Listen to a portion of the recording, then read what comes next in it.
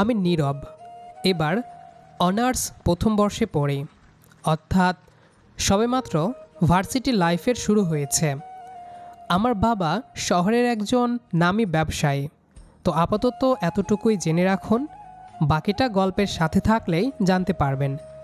তাহলে চলুন গল্পে ফেরা যাক। সময়টা হচ্ছে রাত 9টা। আমি আমার পড়ার টেবিলে বসে আমার ভার্সিটির কিছু অ্যাসাইনমেন্ট শেষ করছিলাম। তখনই আমার ফোনটা বেজে ওঠে। আমি ফোনের স্ক্রিনে না তাকিয়েই ফোন রিসিভ করলাম। তখন ফোনের ওপাশ থেকে শোনা যাচ্ছে মিথিলার কণ্ঠ। কি রে, তোর কি অ্যাসাইনমেন্টগুলো শেষ হয়েছে? আমি এইমাত্র শেষ করলাম। তোর শেষ?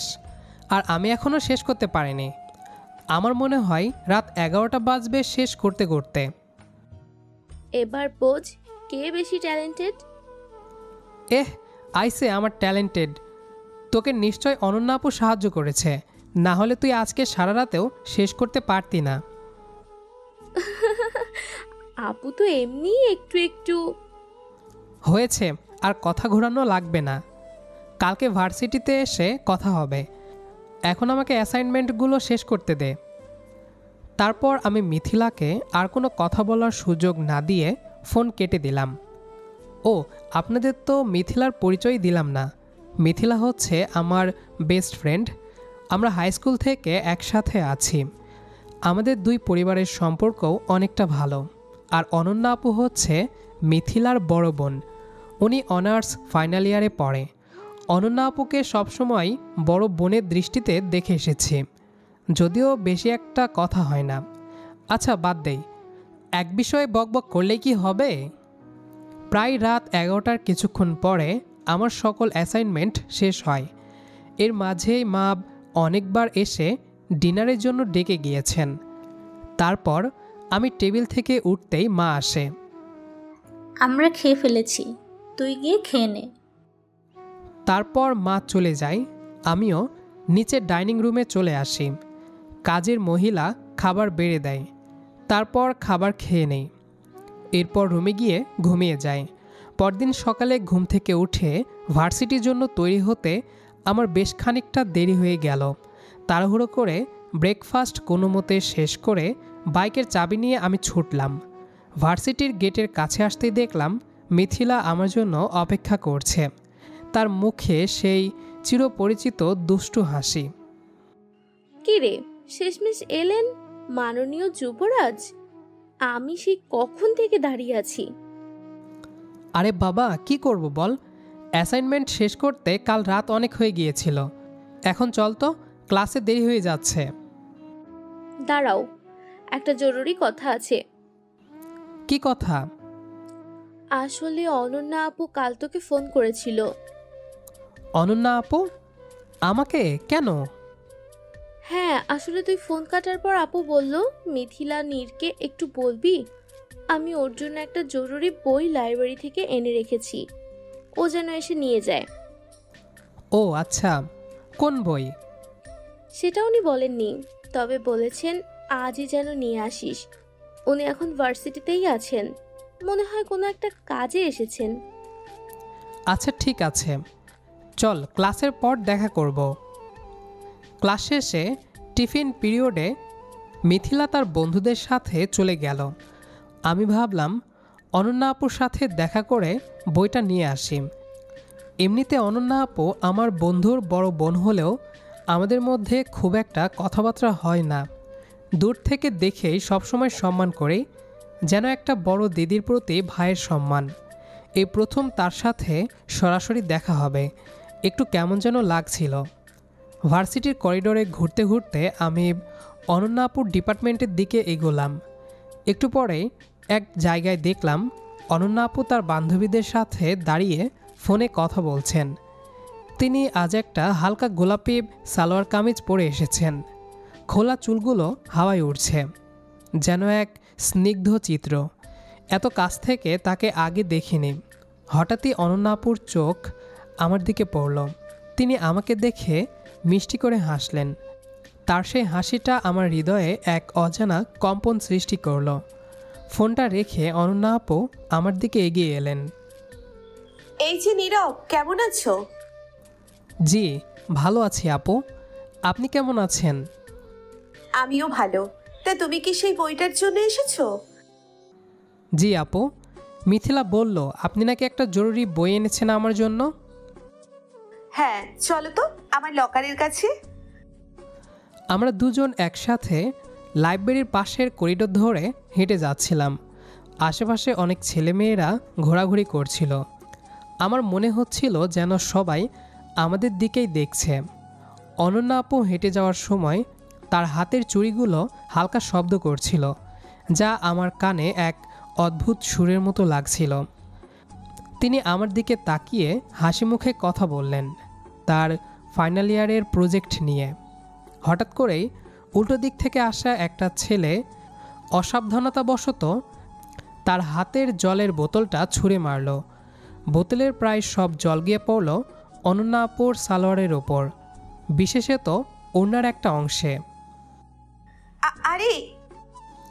ছেলেটি তাড়াতাড়ি ক্ষমা চেয়ে চলে গেল। অনন্যা আপু বিরক্তিতে মুখ বাঁকিয়ে ফেললেন।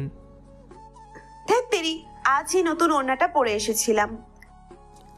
আমি তাড়াতাড়ি পকেট থেকে রুমালটা বের করে নেই। আপু দাঁড়ান।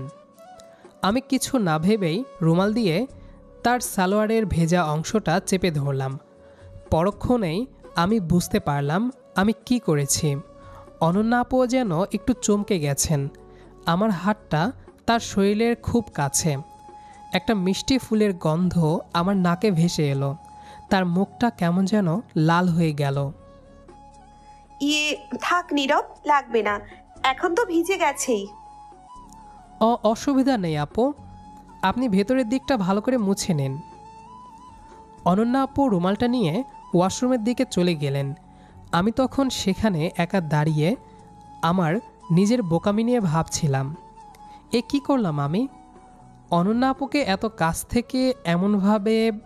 আমার বুকের ভেতরটা ভীষণ জোরে ধুকধুক করছিল। আমি কি বড় কোনো ভুল করে ফেললাম? অনন্যা আপু ওয়াশরুম থেকে ফিরে আসতে আমার বুক তখনও ধুকধুক করছিল। আমি অপরাধীর মতো মাথা নিচু করেছিলাম, কিন্তু তিনি যখন আমার সামনে এলেন তার মুখে কোনো বিরক্তি বা অস্বস্তি ছিল না, বরং একটা কোমল হাসি লেগেছিল।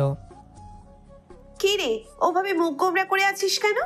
একটা ভুল তো হতেই পারে, আর তুমি তো সাহায্যই করতে চেয়েছিলে। আসলে আমি কিছু না ভেবেই খুব বাজে একটা কাজ করে ফেলেছি আপু। আরে বাবা, ঠিক আছে তো, শোনো, এবার বইটা নাও। তিনি তার লকার খুলে একটা মোটা বই আমার হাতে তুলে দিলেন। বইটা আমার অ্যাসাইনমেন্টের জন্য খুবই জরুরি ছিল। অনেক ধন্যবাদ আপু, বইটা না পেলে কালই একটা সমস্যা হতো। সমস্যা হবে কেন? তুমি তো মিথিলার বন্ধু, আমার ছোট ভাইয়ের মতো। তোমার জন্য এটুকু তো করতেই পারি। আর শোনো, কালকে সন্ধ্যায় আমাদের বাসায় এসো তো। কেন আপু? মিথিলা কাল তার জন্মদিনের জন্য কিছু শপিং করবে। আমি আর ও যাব। তুমি থাকলে আমার জিনিসগুলো একটু ক্যারি করে দিতে পারতে। তোমার বাইকে গেলে সুবিধে হতো। আমি একটু অবাক হলাম। এত বড় বোন, যার সাথে সচরাচর কোনো কথাই হয় না, সে আমাকে তার ব্যক্তিগত শপিংয়ের জন্য ডাকছে। আমার মনে হলো তিনি যেন নিজের থেকে আমার সাথে ঘনিষ্ঠতা বাড়াতে চাইছেন, আর হঠাৎ করেই তিনি আমাকে তুমি বলে ডাকছেন। এই পরিবর্তনটা আমার হৃদয়ে এক অদ্ভুত আলোড়ন তৈরি করল। আচ্ছা আপু, ঠিক আছে, কাল সন্ধ্যায় আসব। থ্যাংক ইউ সো মাচ নীরব, এখন চলি। তিনি তার বান্ধবীদের দিকে চলে গেলেন। আমি বইটা নিয়ে উল্টো দিকে হাঁটা শুরু করলাম, কিন্তু আমার মনটা পড়ে রইল পেছনের দিকে। অনন্যা আপুর সেই স্নিগ্ধ হাসি আর সরাসরি তুমি বলে ডাকা, সব কিছু কেমন যেন অন্যরকম লাগছিল। পরদিন সন্ধ্যায় মিথিলার বাড়ি যেতেই সে চেঁচিয়ে উঠল, কি রে নীরব, তুই আজ কি করে এলি? তোকে তো কাল আসতে বলেছি। কি বলিস? তোদের শপিংয়ে যাওয়ার কথা ছিল না? ওহ, সেটা? আপু তো একটু আগে ফোন করে বলল সে নাকি ক্লান্ত, আজ আসবে না, কালকে যাব। তুই এসেছিস, ভালো হলো। চল আমার সাথে একটু গেম খেলবি। আমার মনে একটা খটকা লাগলো। অনন্যা আপু আমাকে যেতে বললেন, অথচ এখন মিথিলা বলছেন তিনি ক্লান্ত। তবে কি তিনি আমাকে অন্য কোনো কারণে ডেকেছিলেন? আমি মিথিলার ঘরে গিয়ে গেম খেলা শুরু করলাম। কিছুক্ষণ পর দরজায় টোকা পড়ল। মিথিলা, তোর ঘরে কে? অনন্যা আপু ঘরে ঢুকলেন। তার পরনে ছিল একটা নীল রঙের রাতের পোশাক। খোলা চুলে দেখতে আরও বেশি স্নিগ্ধ লাগছিল। তিনি ঘরে ঢুকেই আমাকে দেখে যেন একটু চমকে গেলেন। আরে নীরব, তুমি এসেছো? আমি তো ভাবলাম মিথিলার কোনো বান্ধবী এসেছে। মিথিলা বলল, আপনি নাকি ক্লান্ত, তাই শপিংয়ে যাবেন না? হ্যাঁ, একটু টায়ার্ড লাগছিল। আমি ভুলে গিয়েছিলাম যে তোমায় আসতে বলেছিলাম। সরি, এখন এসেছো যখন বসো। আপু তুই যা তো, আমরা গেম খেলছি। নীরব, তুমি কি চা খাবে না কফি? আমি নিজে করে আনছি। আসলে আপু কিছুই লাগবে না। দূর, এসব কি বলছো? আমার ঘরে এসে চা না খেয়ে যাবে? দাঁড়াও, আমি চা বিস্কিট নিয়ে আসছি। মিথিলা, তুইও খা। অনন্যা আপু চলে গেলেন। আমি অবাক হয়ে মিথিলার দিকে তাকালাম। কিরে, অনন্যা আপু তোর জন্য চা বিস্কুট নিজে বানিয়ে নিয়ে আসছেন, কখনো তো দেখিনি। আর তোকে তুই আর আমাকে তুমি কেন? জানি না বাবা, আপুর ইদানিং কি হয়েছে। আগে তো তোকে দেখলে কি রে বা এই বলেই ডাকতো, এখন দেখছি একেবারে নীরব তুমি, আর আমার সাথেও কেমন সব উল্টো পাল্টা কথা বলছে। আমার মনে হয় আপুটার মাথা খারাপ হয়ে গেছে। মিথিলার কথা শুনে আমার হৃদয়ে একটা ঠান্ডা স্রোত বয়ে গেল। সত্যিই তো, কেন অনন্যা আপুর আচরণ এমন বদলে যাচ্ছে? কালকে আমাকে শপিংয়ের বাহানায় আসতে বলা, অথচ নিজে ক্লান্তির অজুহাত দেওয়া, আর এখন আমার জন্য নিজে হাতে চা বানিয়ে আনা। আমি যেন একটা নতুন অনুভূতির টের পাচ্ছিলাম।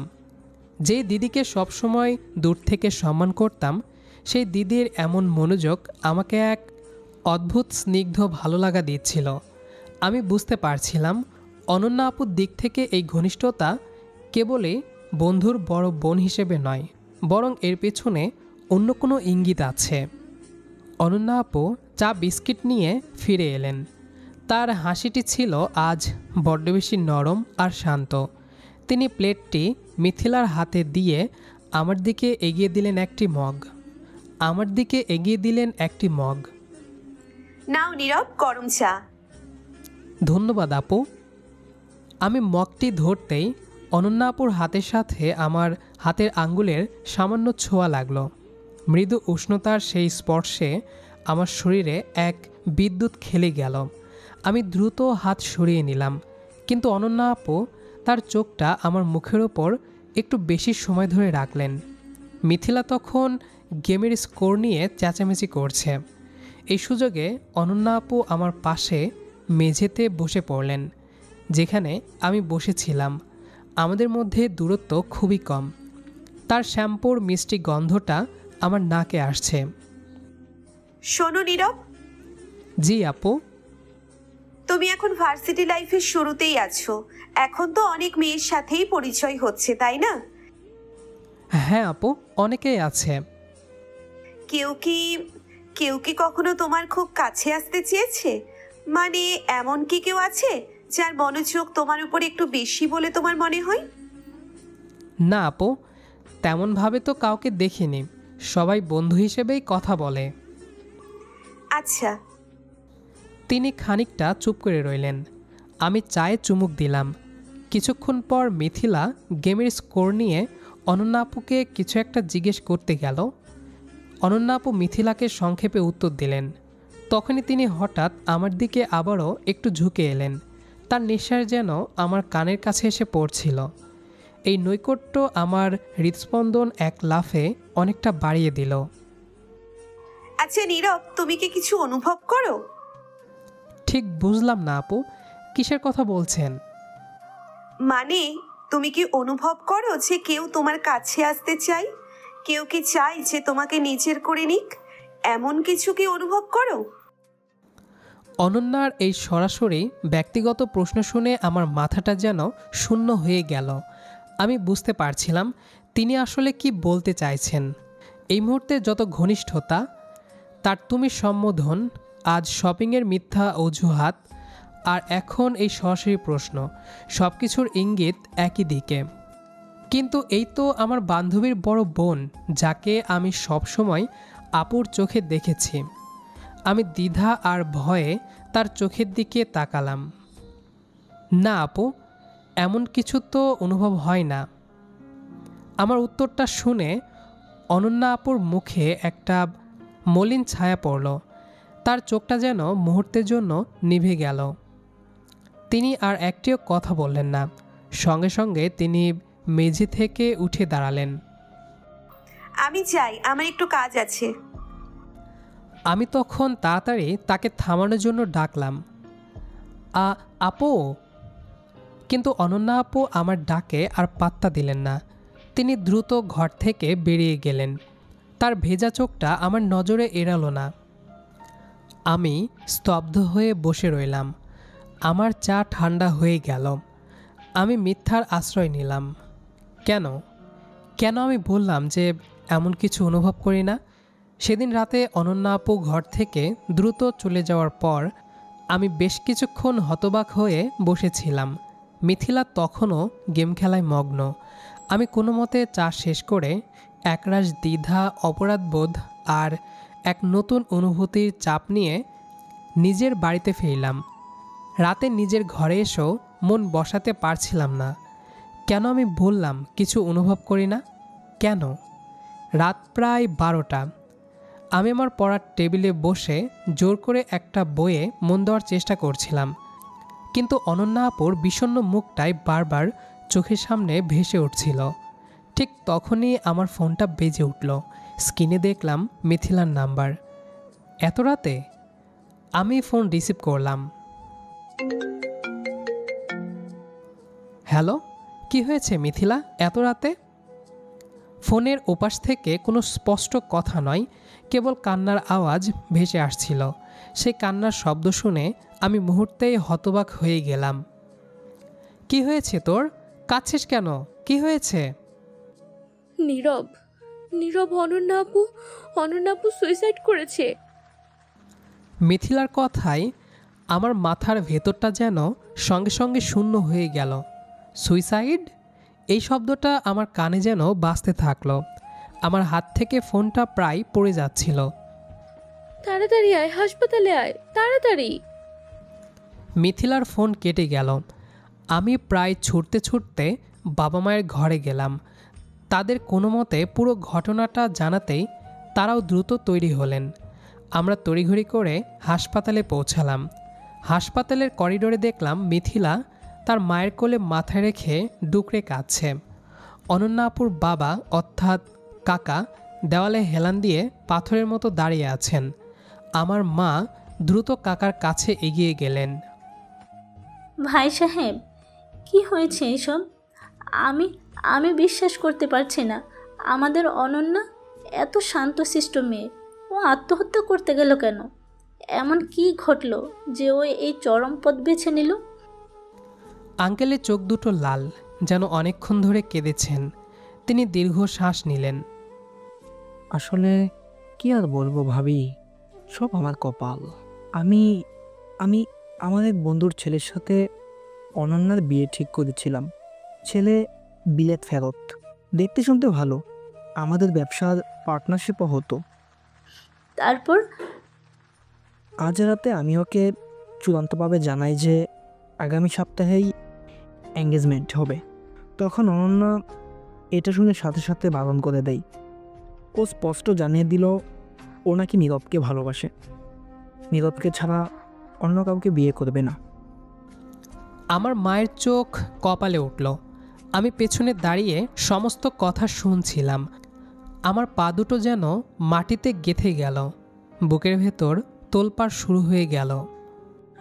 ওর কথা শুনে আমি আকাশ থেকে পড়লাম। রাগ সামলাতে পারিনি। আমি ওকে বললাম, এসব কি বলছিস? নীরব তো তোর বন্ধুর মতো, আর ও তোর থেকে 2 বছরের ছোট। এসব হয় নাকি? আমি ওকে অনেক বোঝানোর চেষ্টা করলাম, কিন্তু ও অনড়। শেষে আমি ওকে কড়াভাবে জানিয়ে দিলাম, আর বিয়ে আমার বন্ধুর ছেলের সাথেই হবে। অন্য কোনো কথা আমি শুনতে চাই না। তিনি একটু থামলেন, চোখ মুছে নিলেন। তার কিছুক্ষণ পরেই দেখি ও বাথরুম থেকে বের হচ্ছে না। দরজা ভেঙে ভেতরে ঢুকে দেখি। তারপর? তারপর আর বলতে পারছি না ভাবি। ও ও অনেকগুলো ঘুমের ওষুধ খেয়ে ফেলেছে। ভাগ্যিস মিথিলা সময় মতো টের পেল। অনন্যা আপুর বাবার কথাগুলো আমার মাথায় হাতুড়ির ঘা মারার মতো লাগছিল। তিনি আমাকে ভালোবাসতেন, আমি তাকে আঘাত করলাম, আর তার ফল হলো এই চরম পদক্ষেপ। আমি কেন তার অনুভূতি বুঝতে পারলাম না? আমি করিডোরে দাঁড়িয়ে রইলাম। আমার চোখ দিয়ে টপ টপ করে জল পড়তে শুরু করলো। অনন্যা আপু এই ভালোবাসার জন্য নিজের জীবন দিতে চেয়েছেন, আর আমি তাকে মিথ্যা বলে ফিরিয়ে দিয়েছি। অনন্যা আপুর বাবার কথাগুলো আমার বুকে যেন ছুরি বসাচ্ছিল। অনুশোচনা, ভয় এবং অনন্যা আপুর প্রতি এক তীব্র ভালোবাসা, সব মিলিয়ে আমার ভেতরে তখন এক ঝড় বইছিল। আমি ফ্যাল করে কাকার দিকে তাকালাম। কাকা কাকা আমার দিকে তাকিয়ে দীর্ঘ শ্বাস ফেললেন। নীরব, আমি জানি তুমি ওকে আপর চোখেই দেখো, কিন্তু আমার মেয়ে তোমাকে পাগলের মতো ভালোবাসে।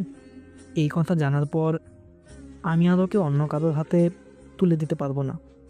আমার বন্ধুর ছেলের সাথে বিয়ে দিলেও ও হয়তো আর বাঁচবে না। ভাবি, আমি আপনার কাছে হাত জোর করে একটা অনুরোধ করছি, আমার মেয়ের জীবনটা বাঁচান। আমি জানি নীরব ওর থেকে 2 বছরের ছোট, কিন্তু আমার কাছে এখন ওর জীবনের থেকে বড় আর কিছু নেই। আপনি যদি রাজি হন, আমি আপনার ছেলেকে আমার মেয়ের হাতে তুলে দিতে চাই। আমার মা কিছুক্ষণ থমকে রইলেন। তিনি প্রথমে আমার দিকে তাকালেন, তারপর মিথিলার দিকে, যে এখনও কাঁদছিল। তিনি অনন্যা আপুর বাবার সেই করুণ মুখের দিকে তাকিয়ে সিদ্ধান্তটা নিলেন। তিনি নিজেও অনন্যা আপুকে খুব স্নেহ করতেন। ভাই সাহেব, আপনি এত করে যখন বলছেন, আর আমার ছেলের যদি সত্যি ওর জন্য কোনো ভালোবাসা থাকে, আর সবচেয়ে বড় কথা, যদি এতে আমার অনন্যার জীবন বাঁচে, তবে আমি রাজি। আমি নীরব আর অনন্যার বিয়েতে রাজি। এই কথা শুনে অনন্যা আপুর বাবা হাফ ছেড়ে বাঁচলেন। মিথিলার কান্নার শব্দটাও যেন একটু থেমে গেল, আর আমার বুকে যে পাথর চেপে বসেছিল তা যেন হালকা হলো। ঠিক তখনই ডাক্তারের রুমের দরজা খুলে গেল। ডাক্তার বাইরে এলেন। আপনারা রোগীর অভিভাবক? চিন্তার কিছু নেই, সময় মতো আনা হয়েছে। এখন রোগী সুস্থ আছেন, আমরা ওর স্টমাক ওয়াশ করে দিয়েছি। এখন কিছুক্ষণের মধ্যে আপনারা ভেতরে গিয়ে কথা বলতে পারেন। ডাক্তারের কথাটি শুনে নীরব যেন প্রাণ ফিরে পেল। আমার শরীরে আবার রক্ত সঞ্চারিত হতে শুরু করলো। অনন্যা আপু বেঁচে আছে। নীরবের মা, অনন্যার বাবা ও মা আর আমি ধীরে ধীরে অনন্যা আপুর কেবিনের দিকে গেলাম। কেবিনের ভেতরে গিয়ে দেখি অনন্যা আপু ফ্যাকাশে মুখে চোখ বুজে শুয়ে আছেন। তার হাতের শিরায় ক্যানোলা লাগানো। আমার বুকটা কষ্টে মোচড় দিয়ে উঠল। এই অবস্থা আমার জন্য। আমার মা এগিয়ে গিয়ে মেয়ের হাত ধরলেন। তারপর নীরবের মা অনন্যা আপুর বেডের পাশে বসলেন। অনন্যা, চোখ খোলো মা। অনন্যা আপু ধীরে ধীরে চোখ খুললেন। তিনি নীরবের মাকে দেখে মৃদু হাসি দেওয়ার চেষ্টা করলেন। আন্টি, চুপ করো, আর কোনো কথা বলবে না। তুমি এত বড় একটা কাজ করতে গেলে কেন মা? তুমি জানো আমরা তোমাকে কত ভালোবাসি। অনন্যা আপু তখন নীরবের দিকে তাকালেন। তার চোখে ছিল একরাশ অভিমান আর আকুতি। তিনি ভাবছিলেন নীরব হয়তো তাকে ঘৃণা করছে। তোমার বাবা সব বলেছেন মা, তুমি নীরবকে ভালোবাসো, তাই না? অনন্যা আপু চোখ নামিয়ে নিলেন। শোনো, আমার এইটুকু একটা ছেলে, ও হয়তো তোমার অনুভূতি বুঝতে পারেনি, কিন্তু আমি ওকে চিনি। ও ও ভীষণ ভালো ছেলে। আমি তোমাকে কথা দিচ্ছি মা, তোমার বিয়ে এই ছেলের সাথেই হবে। আমরা আজই এই বিয়ে ঠিক করে ফেললাম। অনন্যা আপু যেন নিজের কানকে বিশ্বাস করতে পারছিলেন না। তিনি চোখ তুলে আবার নীরবের দিকে তাকালেন। আমার চোখ তখনও জলে ভরা। তিনি এবার একটা ক্ষীণ হাসি দিলেন। সেই হাসিটা ছিল বাঁচার হাসি। নীরবের মায়ের কথায় অনন্যা আপুর চোখ দুটো খুশিতে ঝলমল করে উঠল, কিন্তু পরক্ষণেই তার মুখে আবার ভয়ের ছায়া পড়ল। আন্টি, নীরব কি রাজি হবে? ও তো আমাকে... নীরব কখনো আমার কথার অমান্য করবে না, ও নিশ্চয়ই রাজি হবে। আর তুমি আমাকে আন্টি বলছো কেন? এখন থেকে মা বলবে, না হলে খবর আছে। মায়ের এই কথা শুনে অনন্যা আপুর মুখে একটা সত্যিকারের হাসি ফুটল। অনন্যা আপুর বাবা মা এমনকি মিথিলাও হাসতে শুরু করলো। সেই হাসপাতালের কেবিনে মুহূর্তের জন্য যেন সব বিষণ্ণতা দূর হয়ে গেল। অনন্যা আপুর ফ্যাকাশে মুখটাও যেন একটু উজ্জ্বল হলো। আমি তখন কেবিনের একপাশে দাঁড়িয়েছিলাম। অনন্যা আপু আমার দিকে তাকালেন। চোখে এবার আর অভিমান নেই, আছে গভীর ভালোবাসা আর কৃতজ্ঞতা। আমি তার দিকে তাকিয়ে কেবল মাথা ঝাঁকালাম, স্বীকার করলাম আমিও রাজি। এই মুহূর্তেই আমি অনুভব করলাম আমি অনন্যা আপুকে শুধু সম্মান করতাম না, ভালোবাসতাম। এরপর দ্রুত 6টি দিন কেটে গেল। অনন্যা এখন পুরোপুরি সুস্থ। তার চোখে মুখে নতুন জীবনের স্বপ্ন। দুই পরিবারের মধ্যে কোনো দ্বিমত না থাকায় দ্রুতই বিয়ের সকল আয়োজন সম্পূর্ণ হলো। সারাদিন ধরে ব্যস্ততা, আনন্দ আর উল্লাসের মধ্যে দিয়ে বিয়ের সকল কার্যক্রম শেষ হলো। রাত তখন প্রায় 2টো। সমস্ত কোলাহল থেমে গেছে। হৃদয়ের চাপা উত্তেজনা নিয়ে আমি নীরব ধীরে ধীরে আমার বাসর ঘরে প্রবেশ করলাম। ঘরের ভেতর মৃদু সুগন্ধ, ফুলের মালা আর রঙিন আলোয় ঘরটা সেজে আছে। পালঙ্কের মাঝখানে ঘোমটা টেনে বসে আছে আমার আদুরে বউ অনন্যা।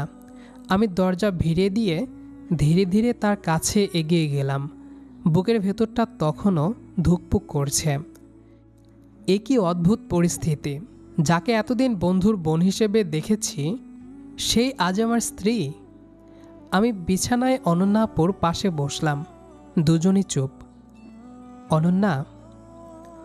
অনন্যা ঘোমটার ভেতরে থেকে মাথা তুললেন। হ্যাঁ নীরব।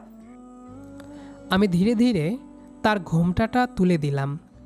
অনন্যার মুখটা লজ্জায় লাল হয়ে আছে। তার চোখে জল নেই, আছে এক গভীর তৃপ্তি। তুমি কেন এমন একটা কাজ করতে গেলে? তুমি কি জানো আমি কতটা ভয় পেয়েছিলাম? ভয় পেয়েছিলে? কিন্তু কেন নীরব? তুমি তো আমাকে তোমার ভালোবাসার কথা বলনি। তুমি তো বললে কিছু অনুভব করো না। আমার মনে হয়েছিল তোমাকে ছাড়া আর কোনো পথ নেই। আমি অনন্যার হাতটা নিজের হাতে তুলে নিয়ে বললাম, তুমি ভুল বুঝেছিলে অনন্যা। আমি ভয় পেয়েছিলাম। আমি কখনো ভাবিনি আমি বন্ধুর দিদিকে এভাবে... আমি ভয় পেয়েছিলাম বলে তোমার অনুভূতি অস্বীকার করেছিলাম। কিন্তু যখন শুনলাম তুমি, তখন বুঝলাম তোমায় ছাড়া আমার জীবনটা অর্থহীন। আমি তোমায় ভালোবাসি অনন্যা। আমি নীরবকে জড়িয়ে ধরলাম। আমি জানি নীরব, আমি জানতাম, আমার বিশ্বাস ছিল। আমি অনন্যার মাথায় হাত বুলিয়ে দিলাম। তার শরীরে এখন শুধু আমার গন্ধ। তুমি তো সবসময় আমার আপু ছিলে, আমার সবচেয়ে কাছের বন্ধু মিথিলার আপু। আর আজ তুমি আমার... আজ আমি তোমার সব, তোমার স্ত্রী, তোমার জীবন সঙ্গী, তোমার সবচেয়ে কাছের মানুষ, আর তোমার আদুরে বউ। আর শোনো, তুমি 2 বছরের ছোট বলে হয়তো তোমার বাবা মার সামনে একটু মানবে না, কিন্তু আমার সামনে তুমি এখন থেকে আমার জুনিয়র স্বামী, আর আমি তোমার সিনিয়র বউ। অনন্যার এই কথা শুনে আমি হেসে উঠলাম। তার লাজুক মুখের সেই দুষ্টুমি ভরা হাসিটা আমার খুব ভালো লাগলো। আপু আমার পাঞ্জাবির কলার ধরে আমাকে কাছে টেনে নিল। আমার হার্টবিট বেড়ে গেল।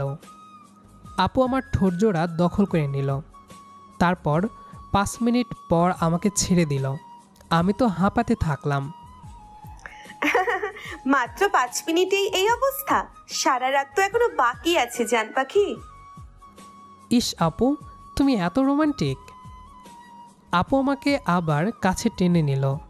আমাদের মাঝে আর কোনো বন্ধুর বড় বোন আর ছোট ভাইয়ের দূরত্ব রইল না। রাত গভীর হলো। আমাদের অবক্ত ভালোবাসা আজ পূর্ণতা পেল এক নতুন রোমান্টিক পরিণয়ের মাধ্যমে। তো দর্শক, আজকে এখানেই বিদায় নিচ্ছি। লাইক, কমেন্ট ও সাবস্ক্রাইব করে আমাদের পাশেই থাকবেন। আর সবশেষে পরবর্তী গল্পটি দেখার আহ্বান জানিয়ে আজকে এখানেই শেষ করছি। সে পর্যন্ত ভালো থাকবেন, সুস্থ থাকবেন। আল্লাহ হাফেজ।